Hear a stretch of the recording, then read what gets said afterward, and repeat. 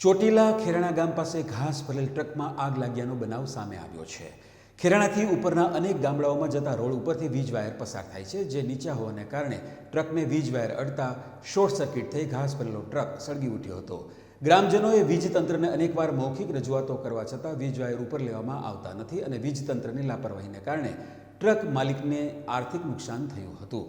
તેમજ એક પશુને 1 વર્ષ ચાલે તેટલો ઘાસચારો બળીને ખાક થઈ ગયો હતો। ત્યારે આ જગ્યા ઉપર વીજ વાયર નીચા હોવાથી અનેકવાર આવા બનાવો બની ચૂક્યા છે, તેમ ગ્રામજનોએ જણાવ્યું હતું।